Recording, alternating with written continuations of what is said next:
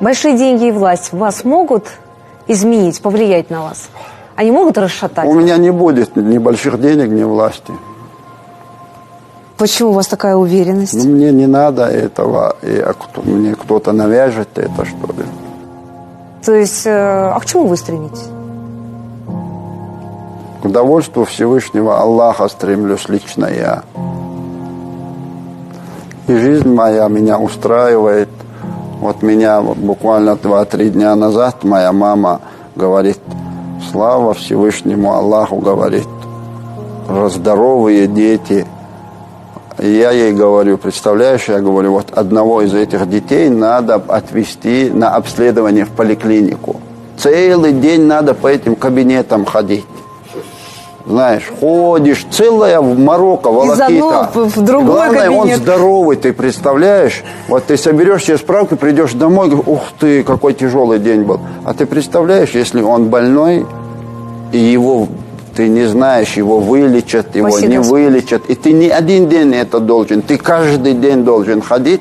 И ты с больницы приходишь, у тебя дома эта больница. Вот когда об этом подумаешь, человек должен понимать, что его, то, что он имеет, это ему подарок свыше. Он же ничего для этого не сделал. Этот ребенок – это результат полученного удовольствия, да, то есть ты, чтобы его сделать, тебя не били, там, я не знаю, из тебя не вырезали его там. И надо понимать, это благодарить надо Всевышнего за то, что мы имеем. Верующие люди понимают, что этой жизнью все не заканчивается, безусловно. Вы боитесь смерти? Да.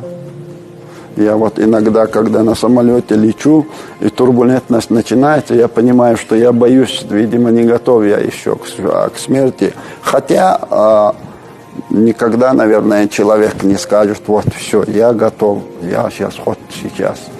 Вот, поэтому смерти я боюсь, потому что не знаю, что в итоге я получу. Поэтому надо свою жизнь строить так, чтобы не бояться этой смерти.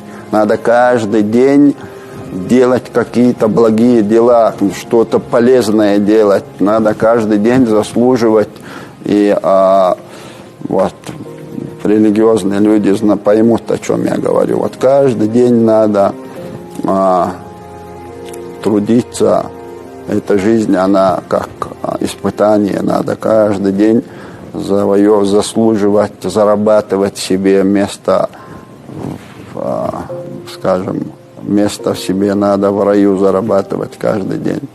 И поэтому, если тебе страшно умереть, значит, тебе еще надо работать.